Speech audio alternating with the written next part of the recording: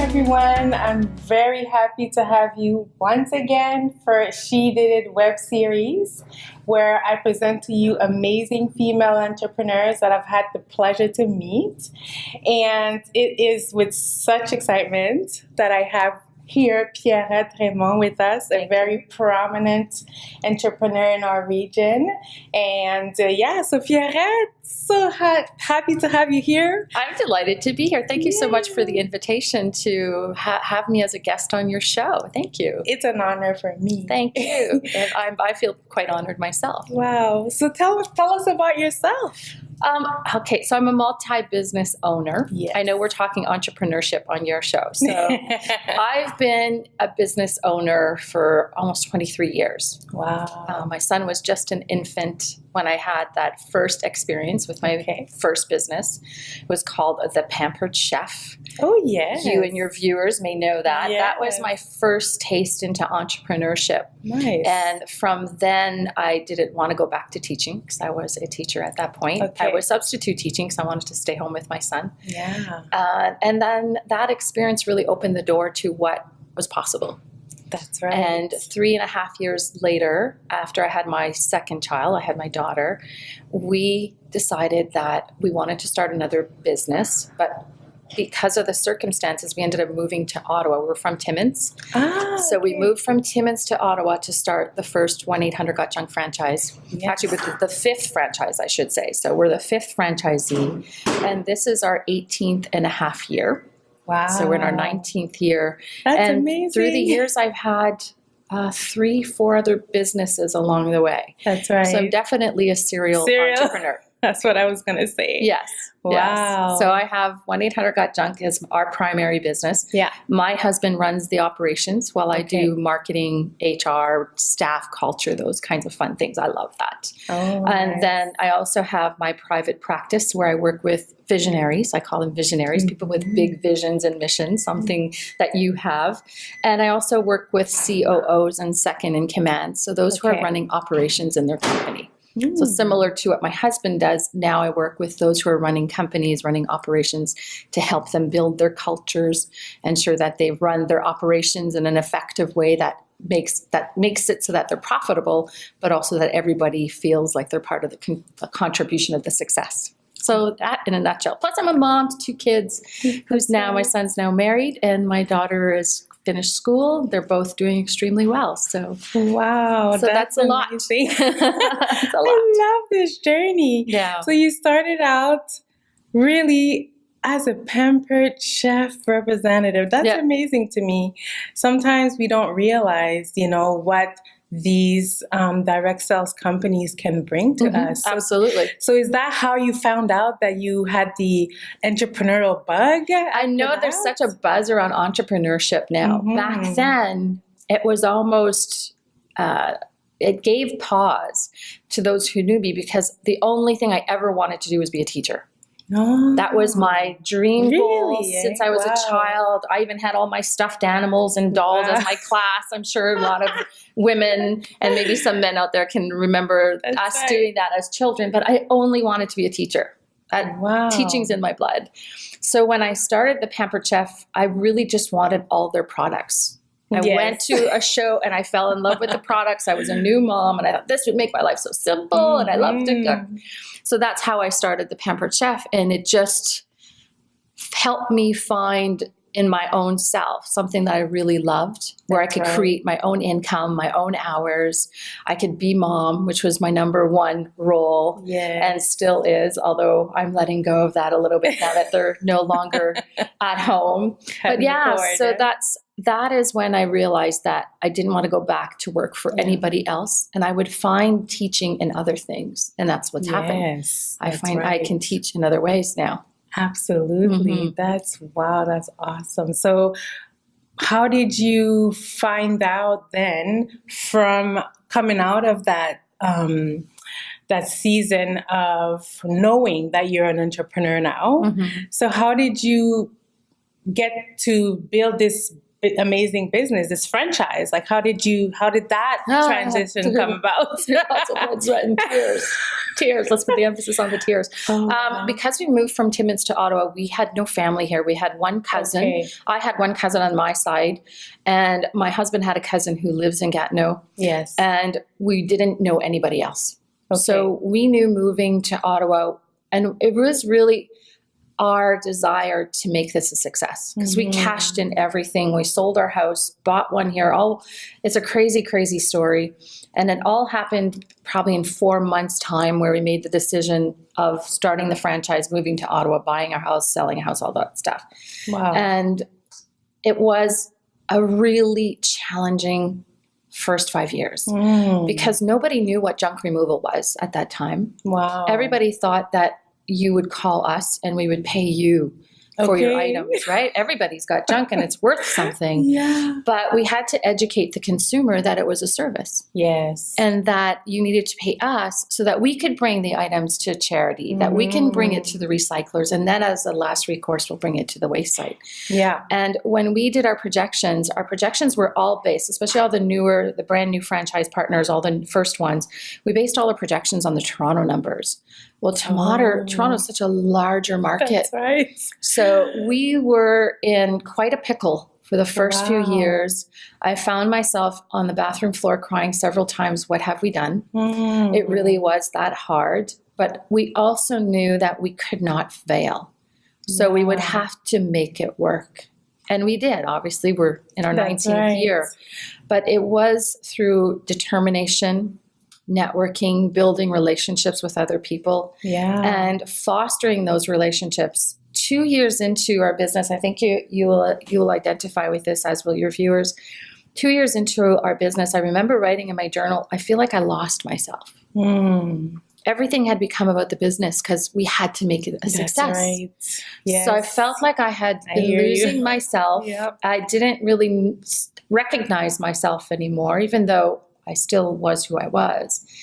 And I thought, if I feel this way, maybe other women feel that way too. Yeah. So I started a women's organization called Women Moving Forward back then. Okay. That really helped us get through the hard times, because now I had a community of women around me, and they weren't all business women. Okay. So it wasn't a women's business networking group, although a lot of women came because they had businesses, and they could see the win-win there in building relationships with women who had businesses and women who didn't.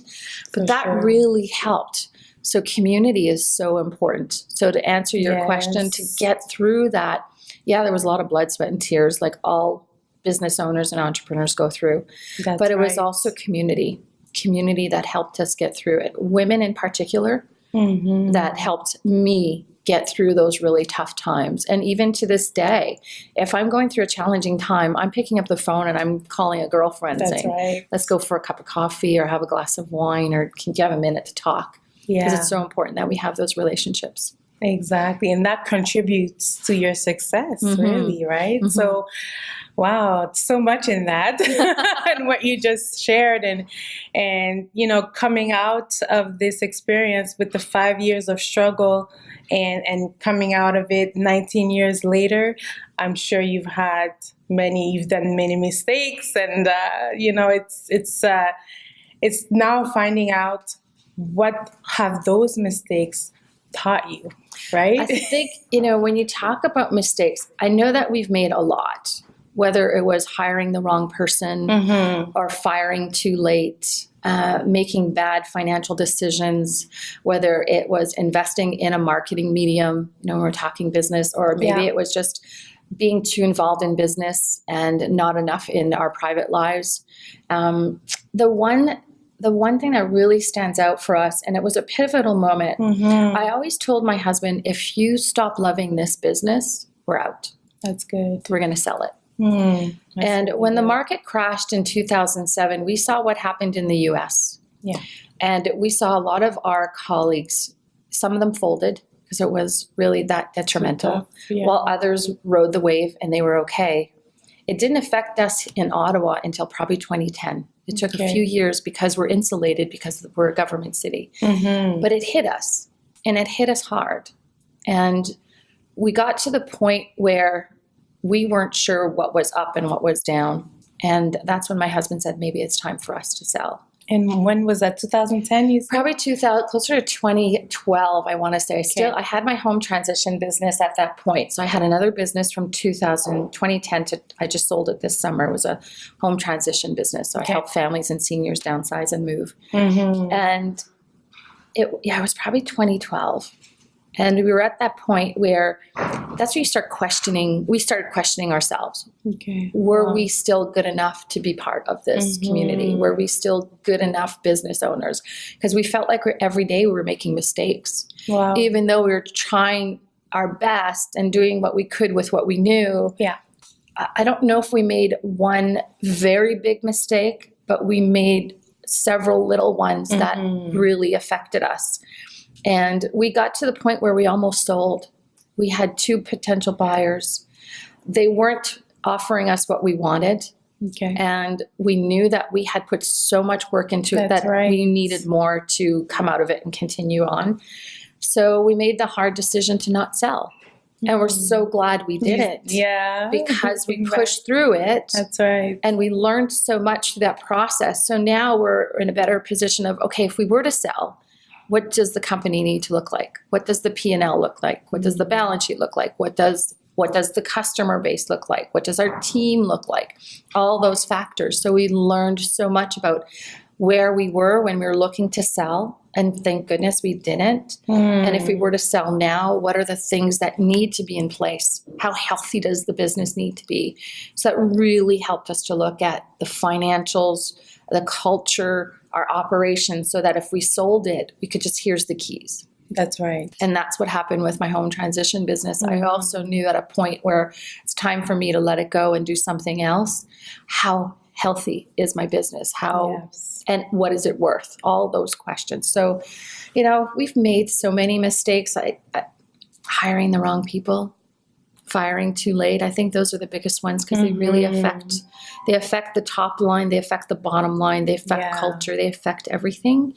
I think those are the biggest mistakes that I would be open to sharing. I'm sure there's others, but I move through them and we get the lesson and we move on.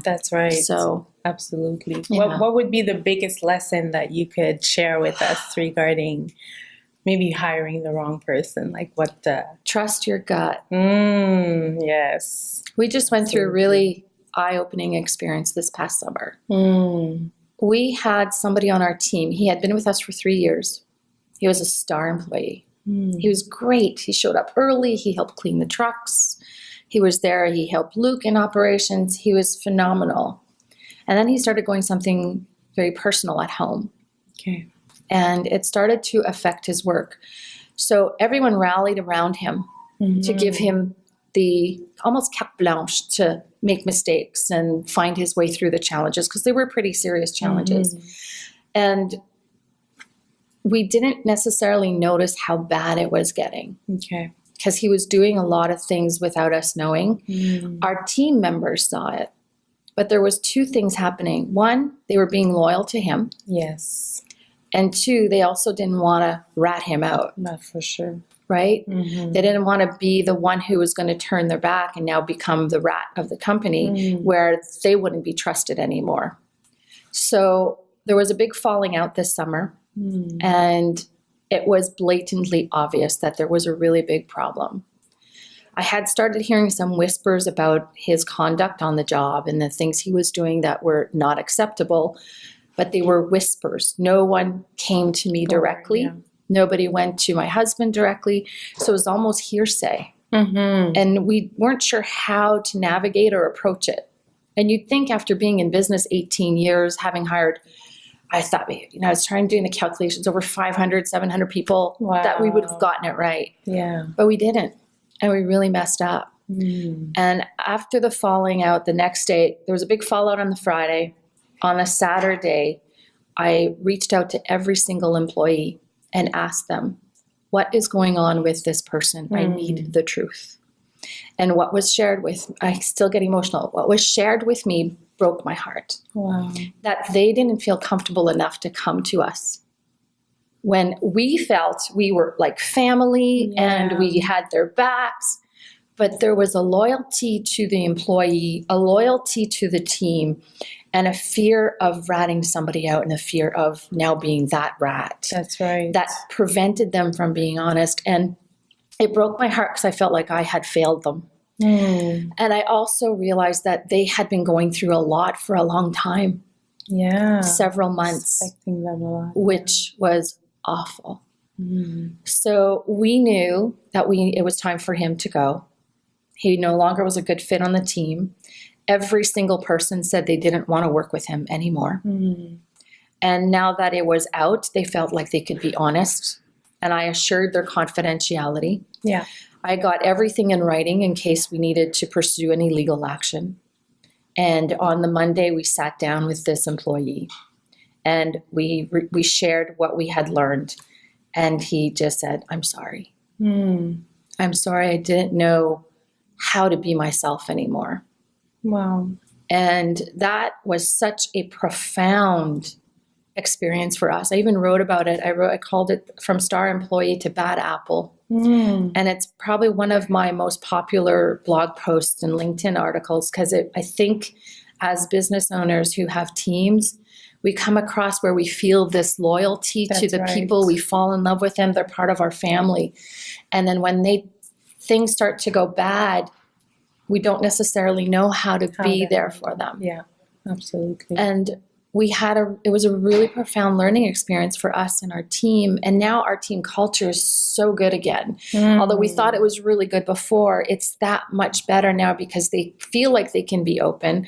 We've put things in place where if something's not going right with somebody, especially a new hire, they can come to us right away. That's good. Or if something is happening in somebody's life, there's a way for them to share that with us so that we can say, are you okay? Let's have a chat. So that, because what happens in the field, we don't necessarily see unless somebody reports it. And if they're not reporting it, we don't know. So that was a really big learning experience. And I'll take that with me forever, wherever I go, to really pay attention to what's truly happening and trust your gut. If something doesn't feel right, it's not right. And then do what you need to do to unpack it, discover it, and make amends. Wow, thank you so much for sharing that. I know it's a very personal and it really. So we really appreciate. Thank you. Yeah, it affected. I know it affected me deeply. I know it affected my husband deeply, and it affected every single person on our team deeply. Wow. And I felt totally responsible for that. Wow. But you can tell how much you love people, you know. I do. It's not something that's always apparent, you know, when people are in business and especially successful in business. It's like, it's all about business and there's no heart, right? So and we don't talk about the bad stuff. That's true. Right? Nobody wants to read on Facebook that you're having a tough day. That's true. And the last thing they want to hear about is how much you're struggling in your business. Yeah. And who do you turn to? Who do you tell? Right? So that's why I come back to that community piece is to have those key people in your life, that peer-to-peer support that can support you through really challenging times when you can be honest. Yes. Yeah. And that's the whole goal of She Did It as well, you know, to have that sort of yes, you have the inspiration and the motivation, but to know the story behind the success. The real story behind the success. Yeah. Yeah, that's the key thing. And asking, you know, real questions too, you know? And so I really appreciate that. That was really great. Good. Thank you. I hope it helps. I believe it will. Absolutely. It's helping me, so I'm sure it'll help others. Great. So just speaking about just going back to your definition of what success is, because everyone has a different view of what success is, and we're interested in finding out what is your definition. I think success is relative, and it's relative to the stages of our lives. I've discovered that. Nice. When I started my first business, my little Pampered Chef home-based business, success was maybe having a couple $1,000s extra a month, right? Just extra cash to come in. And it was maybe having more time with family because I was very family oriented always. My kids they're like, Mom, leave us alone. It's like, but I want my family. And as the kids grew and our success grew, so financial success grew. Yeah. our desire for other things, the materialistic things, grew as well. So I also wanted a bigger home because the kids were having friends over. Yeah. And we wanted a pool because I wanted the neighborhood kids to come play at our place, right? That's right. So our goals grew that way, and our success definition meant, okay, maybe let's have a family trip every year because the kids are growing up. And I want that time with them. And I want to create memories. So we'd have a family vacation once a year. So that was part of our success formula. And now that they're older, success for us is we just went through a huge downsize 3 years ago. We had the big, big house, over 3,000 square foot, plus the full finished basement, all the beautiful things that success looks like. And it was time for us to let go of that big house because the kids were no longer there. That's right. Friends didn't come over anymore. And I could hear their laughter whispers, and it would make me so sad that they were no longer home.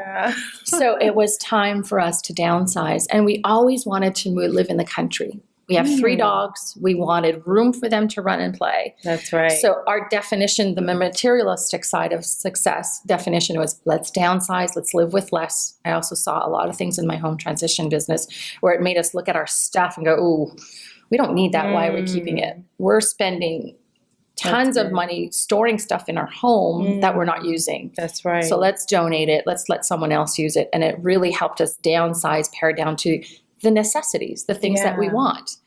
And success for us is having the property, going for walks with the dogs or going for hikes, going for dinner with the kids, making sure that our finances are great. So I think success changes as your life changes. That's good. As the stages of your life change, so does your definition.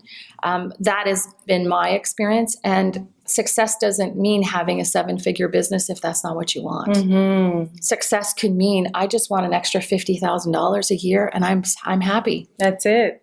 And we all get to define our own measure of success. And that's the important thing, is to not get caught up in, oh, you need the 6 figures. And, oh, you need the 7 figures. You're not successful unless your business is not making $1 million. That's BS.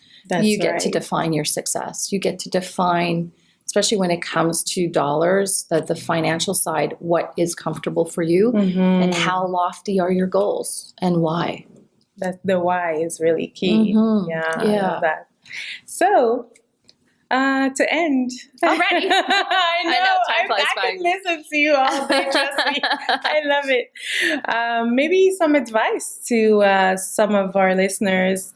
Maybe some of them have a side hustle that they want to transform into a full-time business, or maybe they're already in full-time business and they want to get to the next level. So if you have any advice, we'd love to have it. I think especially the way things have transitioned for me in the last few years, with the kids moving out of the house, son getting married, and having time to reflect. I remember not this past August, but the August of last year, I was sitting outside and I was asking myself, what do I really want to do? Who do I really want to help? If I could go back in time and get the help that I needed, who would I help? Yes, that's good. And then I heard visionary, and I heard vision and mission, and it kept coming up.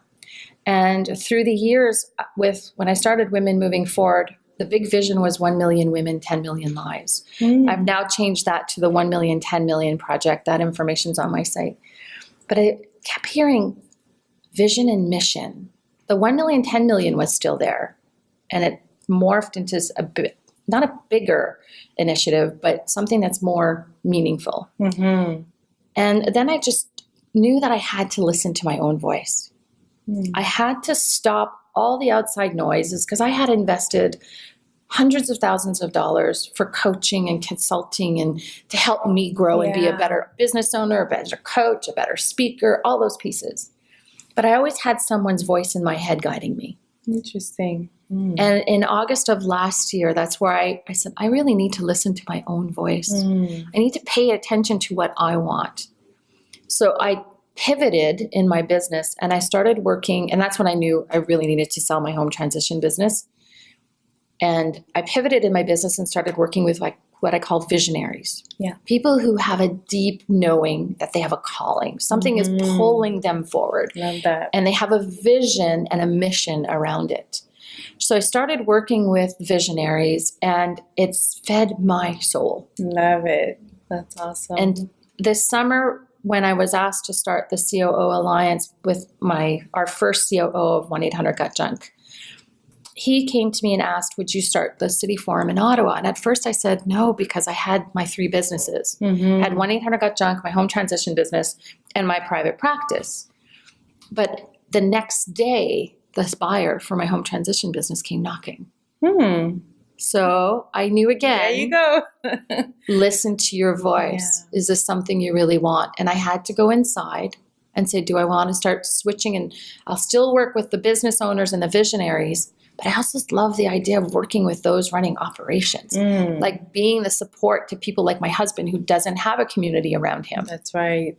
So my best advice is to listen to your voice. If there is something nagging you that you feel that you need to pay attention to, because you either feel pulled in too many directions, you're unhappy inside, you feel like you're giving, but not getting in return, it's time to just press pause and listen to your own voice and make decisions unapologetically. Oh, I love that. And say, I'm doing this because I feel called to do it. Yes. I'm doing it because it feels right to me. I will get the right people to support me because I don't know what I don't know. But I am going to listen to my own voice, and I will find my happiness there. Wow, that's awesome. Wow, Pierrette, thank you so much. Well, thank you for letting me talk for all this time. Listen, we could go on, and I'm sure everybody agrees. So how can people find you? Because I know they want to hear more of your voice. Well, definitely through my website. Okay. So pierretteraymond.com. I'm sure you're going to include the links in your show notes.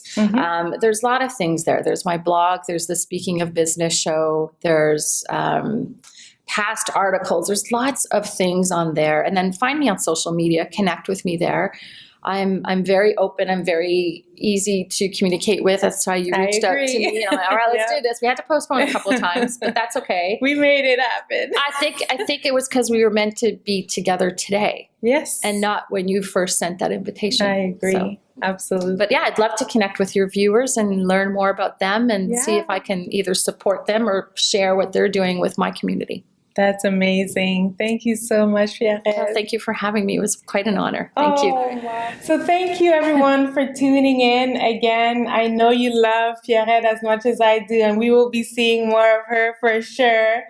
And so I invite you to go on shedidit.ca, sign up for a newsletter to keep abreast of all that we're doing. And also, you can now become a member, a free virtual member. So do that as well. And then we can keep connecting and see how we can help you move forward. All right. So thank you so much. Bye.